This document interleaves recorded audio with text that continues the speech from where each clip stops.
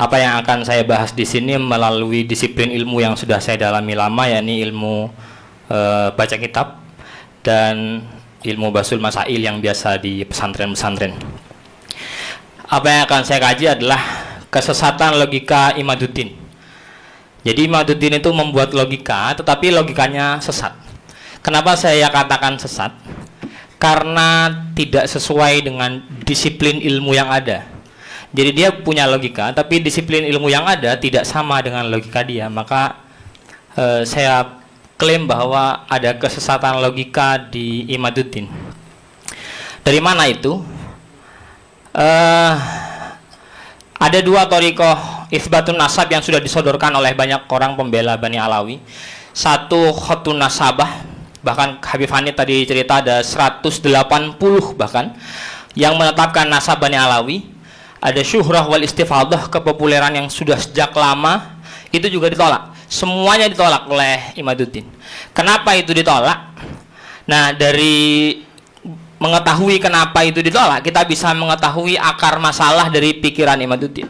Kalau kita bisa membantah akar masalahnya, berarti alasan penolakan Imaduddin tidak berdasar. Kalau alasan penolakannya tidak berdasar, maka semua hujah yang disebutkan seharusnya harus diterima demi ketaatan pada ilmu. Pertama, Imaduddin itu menolak syuhrah istifadah. Dia berargumentasi pakai kitab Muqaddimat fi ilmil ansab. Dia menukil ibarat wa alla yakuna laha ma yu'ariduha min riq'atin atau min ruq'ah min ruq'atin qat'iyatid dalalah.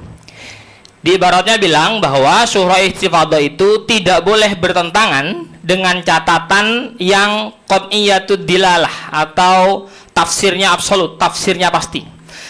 Lalu interpretasi Imaduddin terhadap kaidah itu adalah Syajarah al-Mubarakah yang secara qat'iyud dilalah menyatakan anaknya Ahmad hanya 3 dan tidak ada yang bernama Ubaid.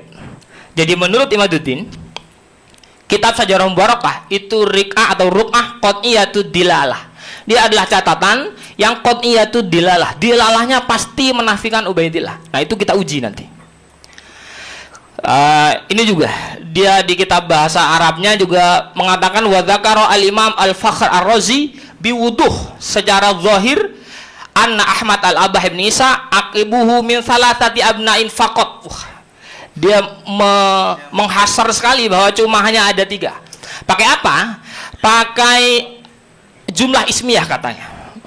Qawaid muhaddadah fi ilmil ansab. Itu adalah kaidah-kaidah yang sudah paten dalam ilmu nasab. Kalau sudah pakai jumlah ismiyah, berarti jumlahnya harus sesuai itu. Beliau menukil kaidahnya dari kitab Al-Mu'qibun karya Syekh Mahdi Rajai. Wa min dzalik idza qalu aqibuhu min fulan, aqibuhu mubtada min fulan khabar. Al-aqib min fulan mubtada khabar. Fa innahu yadullu ala anna aqibahu munhasirun fihi. Nah, jadi itu menunjukkan bahwa keturunannya hanya yang disebut itu saja yang ada. Itu klaim Imaduddin.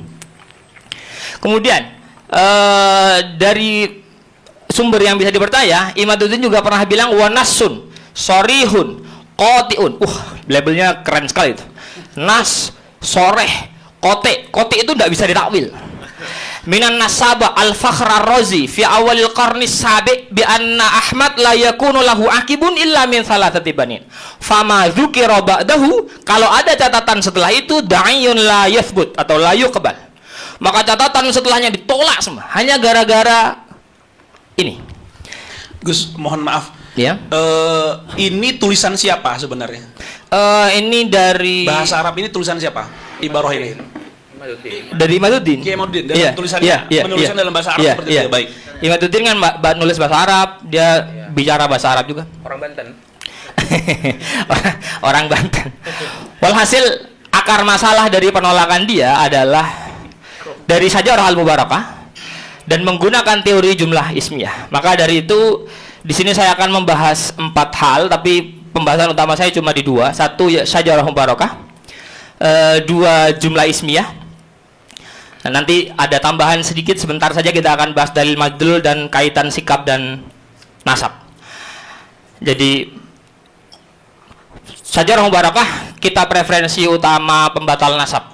Jadi kalau ini kitab runtuh, maka makolahnya Gus Wafi muncul lagi itu, selamat datang di kebenaran, karena hanya ini sebenarnya argumentasi dia, jantungnya.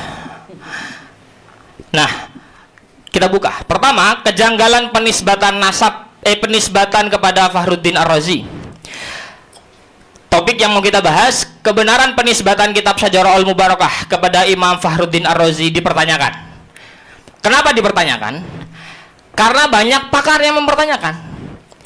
Mohon maaf, meskipun Pak Kiai Maduddin sudah pernah ngarang kitab Balaghah, pernah ngarang kitab usul, dia bukan pakar manuskrip, dia bukan pakar catatan. Ini sudah ada 3 orang nih. Satu, Dr. Muhammad Abu Bakar Ba'azib, An-Nasabah Ibrahim bin Mansur. Beliau menyatakan bahwa Sajarah Al-Mubarakah penisbatannya terhadap Ar-Razi itu diragukan. Bahkan ada Dr. Muhammad Soleh Zarkan mengkategorikan kitab ini sebagai bagian dari Al-Kutub Al-Mashkuk Fiha. Ini kitab yang diragukan. Sudah ada 3 pakar yang menyatakan bahwa kitab ini diragukan. Kembali pada klaim qat'iyud dilalahnya, sebenarnya ini sudah selesai. Ini sudah tidak qat'iyud dilalah. Karena pakar sudah bilang maskuk. Dari mana sumber yang maskuk menjadi dasar qat'iyud dilalah? Itu kan jauh sekali. Bertentangan. Iya, hujahnya apa, natijahnya apa? Hujahnya maskuk, natijahnya qat'iyud dilalah, itu jauh sekali. Kejanggalan pada Sajarah Mubarakah saya bagi menjadi 3. Ketika diteliti, ini penelitian Gus Romel Abbas, Sayyid Mahdi Rajai mengemukakan bahwa manuskrip Sajarah Al-Mubarakah di perpustakaan Masjid Sultan Ahmed Thalith di Istanbul, nomor manuskripnya 2688. Setelah diidentifikasi ternyata namanya adalah Bahrul Ansab, bukan Sajarah Al-Mubarakah. Kedua, ada keterlambatan penulisan. Salinan tertua kitab ini ditulis 200 tahun setelah wafatnya Ar-Razi. Jadi wafatnya Ar-Razi 606 Hijriah. Ini salinan 820 Hijriah. Jika Imaduddin konsisten pada akidah, saya tulis akidah biar lebih seru sedikit, pada akidah sezaman, maka ia seharusnya menolak kitab ini juga, karena ini nggak ada catatan sezamannya juga. Yang nomor 3 adalah kredibilitas penulis manuskrip. Jadi manuskrip yang tahun 800 ini, penulisnya namanya Wahid bin Syamsuddin. Dia sosok yang majhul, tidak terlacak, tidak jelas ini orang siapa, kredibilitasnya apa. Dari ketiga hal ini menjadi sangat berdasar kenapa 3 pakar tadi mengatakan ini kitab maskukun fiha, ini kitab layak untuk diragukan. Nisbatnya, betulkah ini karya Ar-Razi? Kemudian ada kejanggalan yang lain. Kejanggalan yang lain adalah kurangnya referensi historis. Tidak ada ulama selama hampir 800 tahun yang menyebutkan Ar-Razi memiliki kitab Sajarah Mubarakah. Imam Ar-Razi itu imam besar. Dia akan dikarang dalam banyak tobokot-tobokot. Dan ketika menulis tentang sejarah Imam Ar-Razi, pasti karya-karya beliau akan tercantum. Dari semua penulisan Tobaqah, tidak ada yang menulis Sajarah Mubarakah bagian daripada karya Ar-Razi. Jadi menjadi sangat diragukan lagi. Belum ada pakar yang mengakui, ada banyak pakar yang meragukan. Satu yang tidak saya catat, mohon maaf, dalam catatan di Sultan Ahmad Thalith tadi, dia bukan ada proses verifikasi, tapi karena tulisan Wahid bin Syamsuddin itu ada tulisan Ahmad Ar-Razinya, jadi yunsabu ilar Razi. Yunsabu ilar Razi itu cuma nisbat saja, jadi nemu kertas manuskrip, ada catatan nasab, ada nama Fakhruddin Ar-Razinya, lalu ditulislah sebagai Fakhruddin Ar-Razi, tapi sama sekali tidak melalui proses verifikasi, dan itu diakui oleh Mahdi Ar-Rajai sendiri. Coba bandingkan dengan kitab yang lain. Kitab Al-Fahri umpama, tulisan Imam Al-Mirwazi, itu diakui keberadaannya dan dikaitkan langsung dengan Ar-Razi. Memang Imam Ar-Razi yang minta muridnya untuk nulis itu, dan diakui. Verifikasinya ada, datanya ada, semuanya jelas. Sajarah Mubarakah tidak punya itu. secara isi juga bermasalah. Ada indikasi ideologi Syiah. Kita tidak sedang ingin berdebat mengenai Syiah atau Sunni, tidak. Tetapi kalau penulisnya Sunni, tetapi isi materinya kemudian Syiah, maka kita harus bertanya, benarkah ini materi tulisan beliau? Kalau saya santri Kiai Haji Maimun Zubair, tapi saya buat buku menghabisi beliau, maka ini benar tulisan saya atau tidak? Jangan-jangan akun Facebook saya dihack untuk menghina-hina beliau, karena tidak mungkin saya menghina beliau. Nah, Imam Ar-Razi, kalau memang Sajarah Mubarakah tulisan Imam Ar-Razi, kenapa putra dari Muhammad ibn Hasan al-Askari diberi julukan Sohibuz Zaman? Julukan Sohibuz Zaman itu adalah julukan orang-orang Syiah kepada Muhammad ibn Hasan al-Askari, karena asumsi, entah semua entah sekelompok, saya tidak mengerti, karena asumsi mereka Muhammad bin Hasan al-Askari ini Imam Mahdi, dijulukilah sebagai Sohibuz Zaman, ada di catatannya. Kemudian Abu Abdullah Ja'far diberi julukan sebagai Al-Kadzab. Ini kontradiktif sekali dengan tradisi ulama Sunni. Juga ada doa ketika membahas Abu Bakar, ketika membahas Sayyidina Umar dan keturunan-keturunannya, tidak ada doa radhiyallahu anhunya, tidak ada. Artinya ini sekian kejanggalan yang kita lihat pada kitab Sajarah Al-Mubarakah. Kalau cuma satu persatu, cuma catatan manuskrip saja, atau cuma indikasi Syiah saja, atau cuma tidak diverifikasi ulama saja, mungkin bisa dijawab. Tapi majmu' hadhil muskilat, semua hal ini tertumpuk pada Sajarah Mubarakah.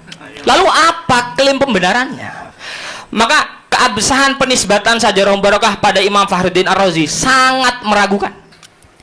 Kitab ini tidak dapat dijadikan dalil subut yang valid dalam ilmu nasab.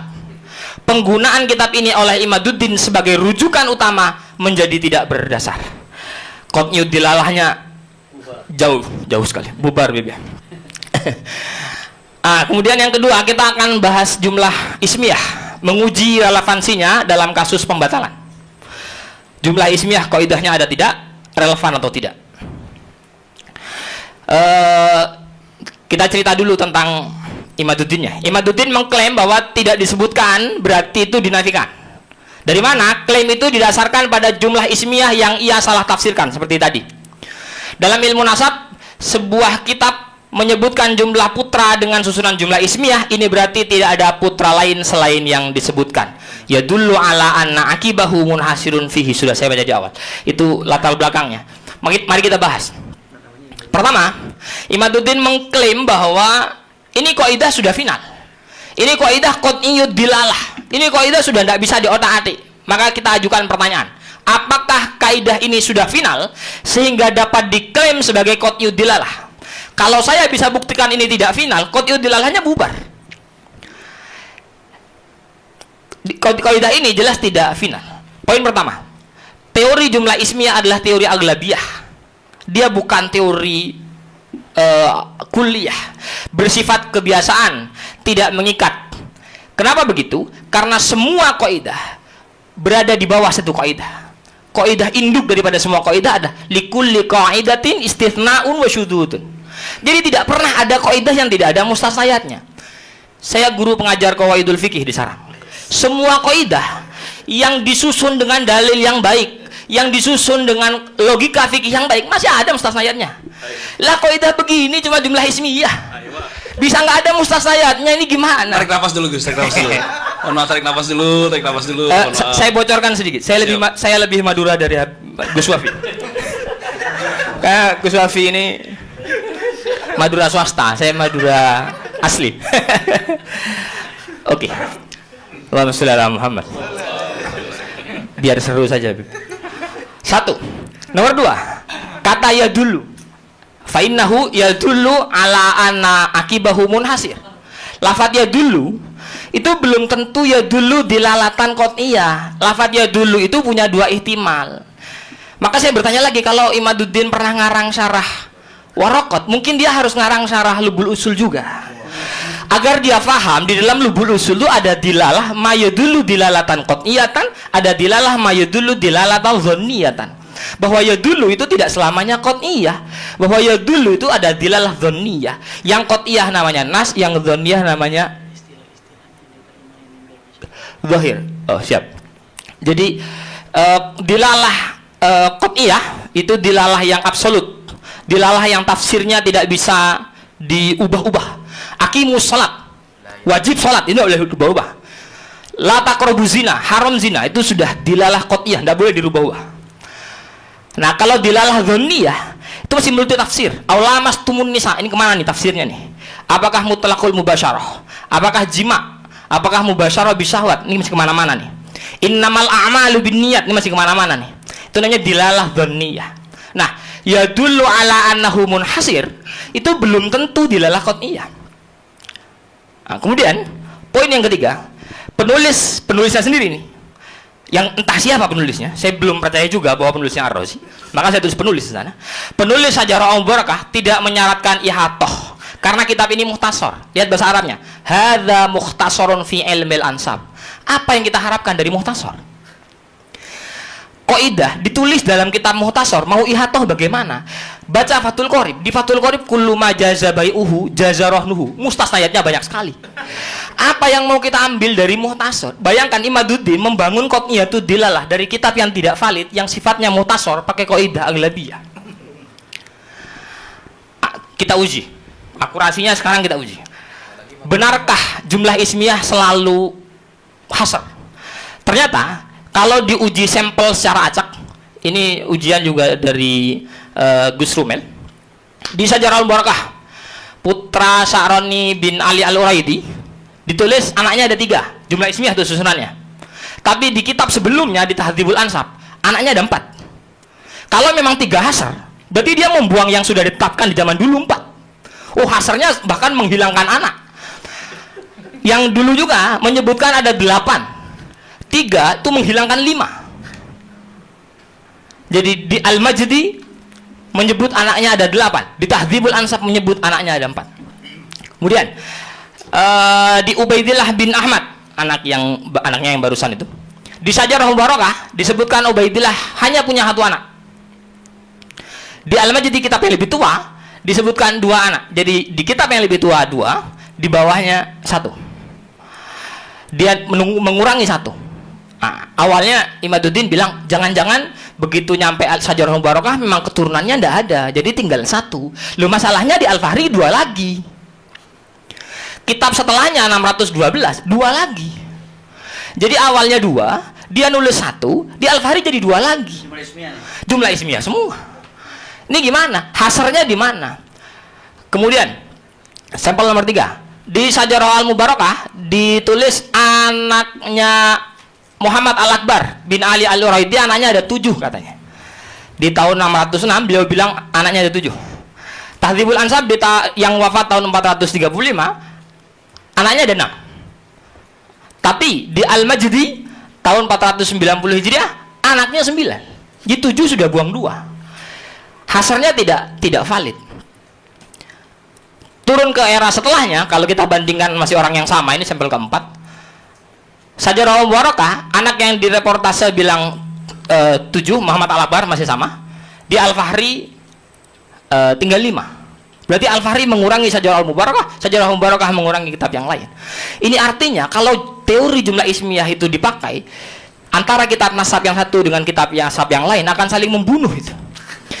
Karena semuanya kurang-kurang data semua. Maka kesimpulan pentingnya adalah setiap 100 nama yang direportase dalam Syajarah Al-Mubarakah ditemukan setidaknya 15 sampai 25 masalah akurasi saat dikonfrontasi dengan referensi yang lebih tua. Kalau pakai Z-score, kesalahan lebih dari 10% menunjukkan bahwa klaim finalitas jumlah ismiyah tidak bisa diterima. Jika teori jumlah ismiyah dalam Syajarah Al-Mubarakah tidak final sebagai nafi, lalu dari mana kesimpulan Imaduddin Qat'iyud dilalah itu muncul? Referensinya tidak masuk, semuanya tidak masuk. Kemudian itu tadi, bahwa kaidah itu tidak final. Tapi nanti bisa jadi celah. Meskipun kaidahnya tidak final, jangan-jangan masih relevan untuk Ubaidillah. Tidak. kaidah itu tidak final dan tidak relevan untuk Ubaidillah. Kenapa? Karena fakta para ulama. Saya sengaja nulis ini. Yang diambil adalah Al-Muqibun. Kalau dilihat ibarat yang di bawah, kitab yang sama persis dari kaidahnya yang ditulis oleh Imaduddin. Jadi di juz pertama halaman awal kaidahnya dikutip sama Imaduddin. Cuma karena dia tidak hatam atau bagaimana saya tidak paham. Di juz 2 orang yang menulis kaidah itu menetapkan nasab sadah Ba'alawi. Aqobus sadah al-Ba'alawi amma Abu Alawi Ubaidillah bin Ahmad al-Muhajir an-Nafat ibn Isa an-Naqib fawulida bil Basrah. Yang menulis kaidahnya, ini yang nulis, yang diambil kaidahnya oleh Imaduddin menetapkan sadah Ba'alawi. Ini kan menjadi sebuah kekonyolan ketika seorang pembaca lebih tahu dari yang nulis kaidah. Yang nulis kaidah tidak menerapkan kaidah itu pada Ubaidillah bin Ahmad. Ini orang yang sama yang mentahqiq Sajarah Al-Mubarakah. Dia juga tetap menetapkan sadah Ba'alawi, tapi Imaduddinnya masih berdiri sendiri saja deh. Makanya betul sekali kalau disebut kesesatan logika. Kemudian Mahdi Rajai juga yang bilang Ubaidillah jauh dari tempat kodifikasi nasab. Fi khususi, kata Mahdi Rajai yang kaidahnya dikutip oleh Imaduddin, fi khususi halati Abdillah au Ubaidillah kana minal wadih. Jelas sekali kata Syekh Mahdi Rajai, anna hijratahu ila mantiqatin kharija aradi kuttabil ansab, bahwa perpindahan atau hijrahnya Ubaidillah ke daerah yang ada di luar area para penulis nasab al-awail alladzina kanu umuman fil Iraq wal Iran, yang mayoritas ada di Irak dan Iran. Hijrah itu tadi tasabbaba, yang menjadi sebab fi adami wusuli ismihi ila kuttabil ansab. Itulah yang membuat nama beliau tidak tercantum. Karena dulu nama penulis ada di Irak dan Iran, beliau ada di Yaman. Tidak seperti sekarang buat status WA sekarang, teman-teman lihat semua, keluarga saya di Madura lihat saya sekarang. Itu sekarang, tapi di masa lalu jarak baina Yaman wa Irak tuh jauh sekali. Maka ketika kaidah jumlah ismiyah ini masih dipakai, padahal penulis kaidahnya sendiri menetapkan Bani Alawi dan menjelaskan korinah kenapa kaidah itu tidak layak diterapkan kepada Ubaidillah, menjadi sangat dipertanyakan. Akhirnya biar kaidah muqabil bil kaidah, kita beri kaidah pembanding. Kaidah yang lebih relevan untuk Bani Alawi terkait kitab yang tidak menyebutkan itu ada 3. 1. As-sukut ala nasab wa adamu dzikri. Tidak menyebutkan nasab atau tidak menyebutkan mbah-mbah nasab, la yu'tabar fi ilmil nasab li'anna sakit yahtamilu fi amrihi al-jahalah awil akhadha an jahil. Karena yang tidak menyebut mungkin saja tidak tahu, atau dia mengutip dari orang yang tidak tahu, awil ittisar, atau mungkin saja dia hanya meringkas. Ini kaidah pembandingnya, dan ini lebih relevan kepada Bani Alawi jika dikaitkan dengan Sajarah Al-Mubarakah.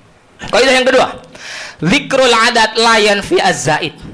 Penyebutan angka itu tidak menafikan selebihnya. Dan itu diterima dalam banyak fan. Dalam ilmu hadis umpama, Nabi menyebutkan dalam satu riwayat fadilahnya jamaah 25. Yang riwayat yang lain 27. Apakah karena ada 25 lalu 27 ditolak? Ya tidak. Itsbat 25 itu tidak menafikan tambahan untuk 27. Jadi sama-sama saja. Dzikrul adat layan fi az-zaid. Ada sebutan angka 3 dengan jumlah ismiyah, itu tidak menolak angka yang selanjutnya. Kemudian kaidah yang ketiga, adamul wijdan la yadullu ala adamil wujud. Tidak menemukan bukti bukan berarti suatu itu tidak ada. Ketika Sajarah Mubarakah tidak menemukan buktinya, bukan kemudian Ubaidillah itu tidak ada. Sebelum saya masuk dalil madlul, saya simpulkan dulu. Jadi klaim Imaduddin adalah ini qat'iyud dilalah. Jadi akhirnya semua tertolak karena ini qat'iyud dilalah. Bahwa Sajarah Mubarakah adalah qat'iyud dilalah sehingga khatun nasabah ditolak, syuhrah wal istifadah ditolak. Semuanya serba ditolak. Nah, qat'iyud dilalahnya rancu dan gagal dari segala arah. 1, kitabnya maskuk seperti yang saya jelaskan tadi. 2, kaidahnya tidak relevan. Jadi dari 2 itu saja saya tidak yakin perdebatan dengan Kiai Imaduddin butuh 3 hari 3 malam.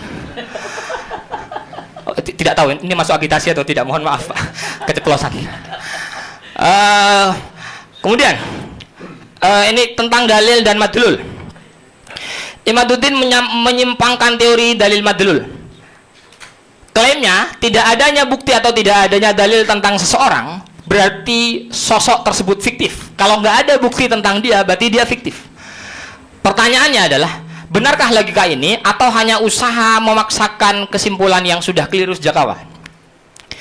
Saya ceritakan dulu, dalil madlul ini keluar karena membantah dulu Al-Anwar membuat pernyataan sikap tentang ta'zim habaib itu. Jadi kita menyebutkan kaidah dzikrul adat layan fi az-zaid, lalu dia menyebutkan kaidah al-madlul yahtaju ila dalil. Nah, kita bantah. Bantahan terhadap Kiai Imaduddin, sebenarnya ada banyak referensi, tapi karena memang pembagian waktu dengan teman-teman juga, akhirnya saya cukup menyebut salah satu saja dari sekian banyak referensi. Saya ambil punya Imam Ibnul Iraqi dalam Al-Ghaithul Hami fi Syarhil Jam'il Jawami. Ibaratnya mengatakan, wala yalzamu min intifa'i dalilihi intifa'uhu. Ketika kita tidak menemukan dalil tentang sesuatu, la yalzamu min intifa'i dalilihi intifa'uhu, bukan berarti sesuatu itu tidak ada. Fa innahu la yalzamu min adamid dalili adamul madlul. Sesungguhnya ketidakadaan bukti itu tidak menunjukkan ketidakadaan madlulnya. Jadi Imaduddin berbohong tentang kaidah ini.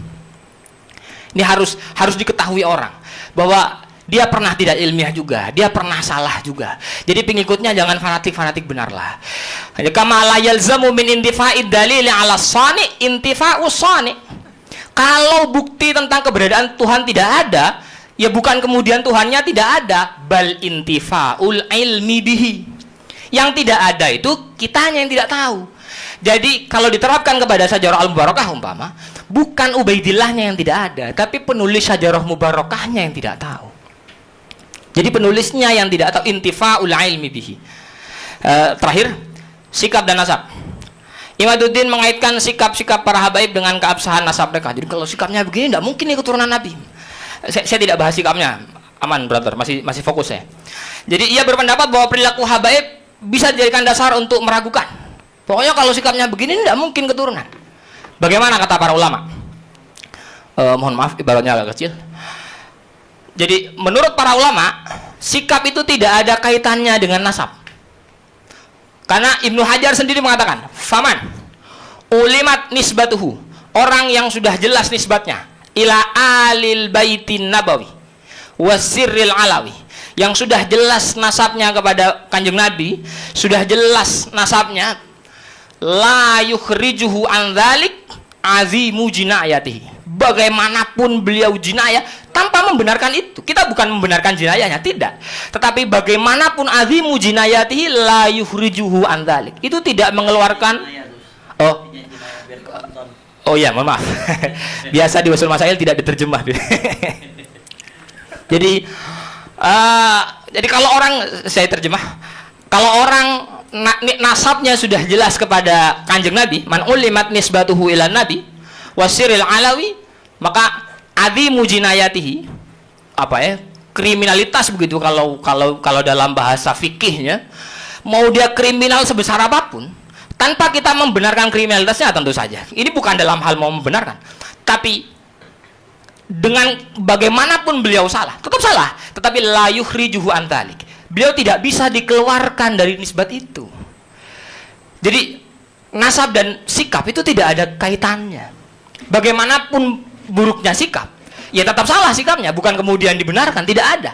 Tetapi itu la yukhrijuhu an dzalik. Itu tidak bisa mengeluarkan dia dari nasabnya itu. Wala adamu diyanatih. Dia tidak taat pada agama. Salah, tidak taat pada agamanya salah. Kita tidak membenarkan itu. Tapi la yukhrijuhu an dzalik. Disiplin dong. Secara ilmu itu tidak bisa dikeluarkan. Karena nasab itu urusan nyambung nasab lah, nyambung viras. Kita, bapak saya siapa? Saya punya ayah. Lalu karena kelakuan saya tidak sama dengan ayah saya, maka saya anak tiri dari ayah saya, kan konyol juga itu. Ya saya tetap anak ayah saya, cuma yang sikapnya bertolak belakang. Ayah saya orang soleh, saya fasik umpama. Ya sudah, berarti saya tetap anaknya, tapi sikapnya bertolak belakang dengan saya. Maka dua hal itu yang dua hal terakhir yang perlu diingat, saya simpulkan lagi mengenai dalil madlul itu sebuah kebohongan atau kesalahan Kiai Maduddin mengenai kaidah, karena dia pakai kaidah yang jelas bertentangan dengan para ulama. Kemudian mengaitkan sikap dengan perilaku itu juga ditentang oleh sikap dengan nasab, maaf, itu juga ditentang oleh banyak ulama. Syukran jazilah. Terima kasih. Mohon maaf. Assalamualaikum warahmatullahi wabarakatuh.